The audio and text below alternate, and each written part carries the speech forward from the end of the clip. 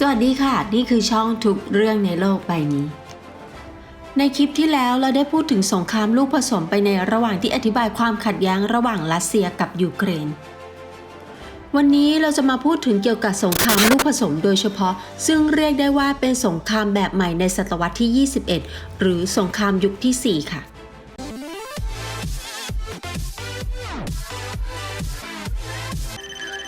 ไฮบริดวอร์แฟร์หรือสงครามลูกผสมหรือที่เรียกว่าสงครามผสมผสานเป็นแนวคิดที่เสนอครั้งแรกในช่วงกลางทศวรรษ 2000 โดยแฟรงค์ ฮอฟแมนแห่งสหรัฐอเมริกาเมื่อเขากล่าวว่าสงครามในอนาคตจะเป็นรูปแบบที่ซับซ้อนของการผสมผสานระหว่างการทำสงครามแบบดั้งเดิมและสงครามที่ไม่ใช้ทหารสงครามในโลกไซเบอร์และสารสนเทศเพื่อให้ได้มาซึ่งชัยชนะในเดือนกุมภาพันธ์ปี 2013 ในรัสเซียวาเลรี เกราซิมอฟ เสนาธิการทั่วไปของกองทัพรัสเซียได้ความหมายของสงครามแบบลูกผสมว่าเป็นการปฏิบัติการทางทหารที่เป็นสงครามแบบอาจสมมาตรซึ่งดำเนินการโดยไม่มีการประกาศสงครามและผสมผสานวิธีการทางการเมืองเศรษฐกิจและวิธีการอื่นที่ไม่ใช่ทางทหารเข้าด้วยกันเป็นหลักคำสอนทางทหารของรัสเซีย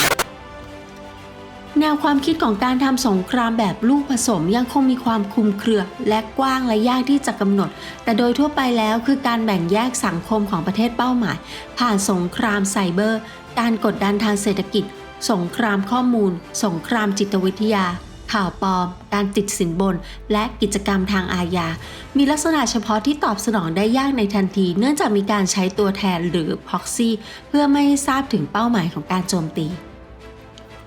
ตัวอย่างที่เป็นตัวแทนของสงครามแบบลูกผสมคือการผนวกไครเมียของรัสเซียที่กล่าวไว้ในคลิปที่แล้วเรามาดูแนวคิดของการทำสงครามแบบลูกผสมผ่านการผนวกไครเมียว่ามีการดำเนินการไปอย่างไรกันค่ะ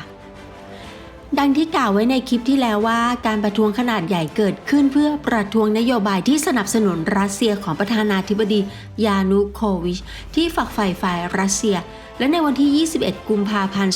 2014 ประธานาธิบดียานูโควิชก็ถูกถอดถอนอย่างไรก็ตามรัฐบาลยูเครนทำผิดพลาดเชิงนโยบายโดยการถอดภาษารัสเซียออกจากภาษาราชการในขณะที่ชาวรัสเซียซึ่งคิดเป็น 60% ของผู้อยู่อาศัยในไครเมียประท้วงนโยบายนี้จึงทำให้รัสเซียมีฐานะที่จะเข้าไปแทรกแซงและรัสเซียที่มองหาโอกาสก็เริ่มเข้าแทรกแซงรัสเซียสนับสนุนกองกำลังแบ่งแยกดินแดนโดยประกาศว่าจะพิจารณาอย่างรวดเร็วหากไครเมียต้องการผนวกและในขณะเดียวกันก็ส่งกองกำลังรัสเซียไปยังชายแดนไครเมียและยูเครนเพื่อป้องกันประชากรรัสเซียในไครเมียนอกจากนี้กองกำลังพิเศษรัสเซียประมาณ 4,000 นายที่สวมหน้ากากและเครื่องแบบไร้เครื่องหมายได้แทรกซึมเข้าไปในไครเมียเบอร์กุสตำรวจติดอาวุธที่โปรัสเซียได้รับการสนับสนุนจากพวกเขายึดถนนสายหลักที่เชื่อมระหว่างไครเมียและยูเครนเพื่อสกัดกั้นการไหลเข้าออกของบุคคลภายนอกและใช้สมาชิกของไนท์วูฟสาขาไครเมียสโมสรมอเตอร์ไซค์รัสเซียที่มีสำนักงานใหญ่ในรัสเซียเข้ายึดถนนสายหลักปิดกั้นฐานทัพทหารของยูเครนให้สินบนแก่นักการเมืองข้าราชการและนายทหารที่ทรงอิทธิพลเพื่อสนับสนุนให้กองกำลังยูเครนยอมจำนนแทนที่จะต่อต้าน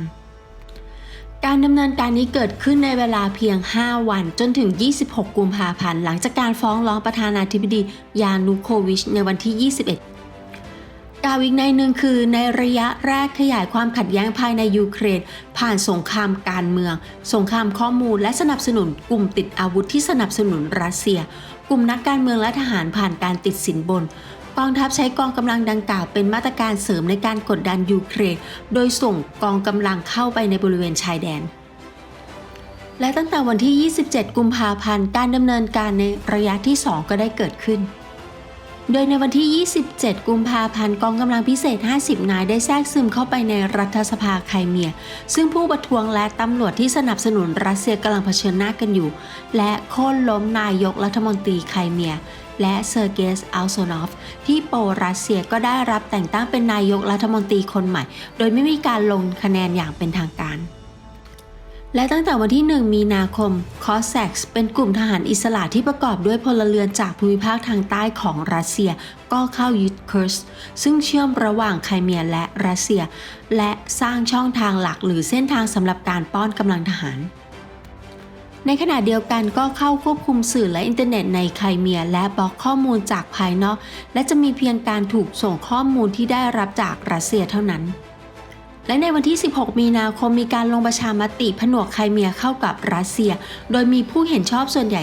96% ให้ผ่านในขณะที่สิ่งอำนวยความสะดวกหลักสำหรับการวางกำลังทหารรัสเซียเช่นสนามบินและท่าเรือเริ่มถูกยึดโดยกลุ่มติดอาวุธพลเรือน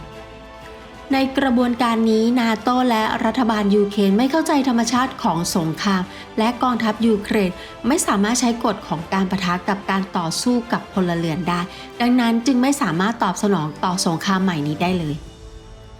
และเมื่อสถานการณ์รุนแรงขึ้นเมื่อวันที่ 19 มีนาคมรัฐมนตรีว่าการกระทรวงกลาโหมของยูเครนได้เปลี่ยนกฎของการปะทะเพื่ออนุญาตให้ได้ใช้กำลังได้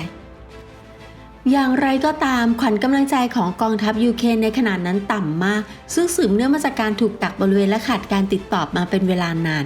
และปูตินได้กล่าวไว้ว่าหากพวกเขายอมจำนนขอให้คำมั่นสัญญาว่าจะให้สัญชาติรัสเซียเลื่อนตำแหน่งและขึ้นเงินเดือนจากทหารจำนวน 18,000 นาย 12,000 นายยอมจำนนและมีเพียง 6,000 นายเท่านั้นที่ตัดสินใจออกจากไครเมียและรัสเซียก็สามารถยึดไครเมียได้โดยไม่มีทหารรัสเซียเสียชีวิตทั้งหมดนี้เกิดขึ้นภายใน1เดือนนับตั้งแต่วันที่ 21 กุมภาพันธ์ถึง 21 มีนาคมเมื่อปูตินลงนามผนวกไครเมีย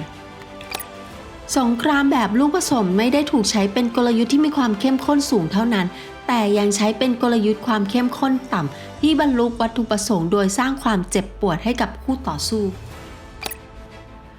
เช่นในขณะนี้ที่ชายแดนเบลารุสโปแลนด์ผู้ลี้ภัยหลายพันคนจากตะวันออกกลางต้องการเดินทางผ่านโปแลนด์ไปยังยุโรปโดยเฉพาะอย่างยิ่งต้องการไปยังเยอรมันและสหราชอาณาจักรซึ่งถือว่าเป็นสงครามแบบลูกผสมที่เบลารุสกำลังดำเนินการอยู่ปัจจุบันเบลารุสได้ส่งคนจากตะวันออกกลางที่ต้องการไปยุโรปโดยผ่านทางชายแดนโปแลนด์ในราคา 12,000 ยูโรต่อคนโดยผ่านทางตัวแทนการท่องเที่ยวของรัฐหลังจากปล่อยให้พวกเขาพักในโรงแรมที่ดำเนินการโดยรัฐบาลเบลารุสตำรวจเบลารุสพาพวกเขาไปที่ชายแดนโปแลนด์ผู้คนหลายพันคนติดอยู่ระหว่างชายแดนโปแลนด์และเบลารุสหลังจากที่พรมแดนโปแลนด์ปิดตั้งแต่เข้ารับตำแหน่งในปี 1994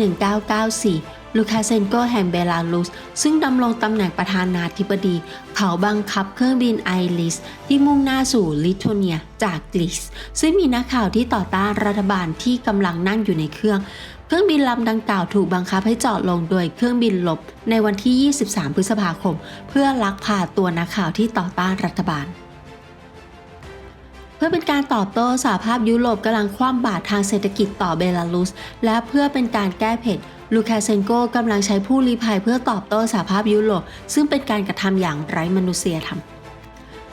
การทำสงครามแบบลูกผสมกำลังเกิดขึ้นในทะเลจีนใต้เช่นกันและเป็นที่ทราบกันดีอยู่แล้วว่าหากเป็นไปได้จีนซึ่งต้องการผนวกไต้หวันโดยไม่ใช้กำลังทางทหารก็มีสถานการณ์สงครามแบบลูกผสมกับไต้หวันด้วยวันนี้เรามาดูสงครามแบบลูกผสมผ่านตัวอย่างต่างๆกันแล้วสงครามแบบลูกผสมที่เรียกว่าเป็นสงครามสมัยใหม่ในศตวรรษที่ 21เราควรเรียกว่าเป็นกลยุทธ์แบบใหม่หรือเราควรเรียกว่าเป็นภัยคุกคามใหม่กันแน่คะขอขอบพระคุณสำหรับการรับชมและติดตามท่านผู้ชมยังสามารถเป็นผู้สนับสนุนช่องเพื่อให้ช่องทุกเรื่องในโลกใบนี้ดำเนินแบบนี้ต่อไปได้โดยการโอนเงินผ่านเลขที่บัญชีที่ขึ้นให้อยู่นี้ขอขอบพระคุณสำหรับการสนับสนุนมาโดยตลอดขอให้ท่านและครอบครัวมีความสุขสุขภาพแข็งแรงแล้วพบกันใหม่คลิปหน้าค่ะสวัสดีค่ะ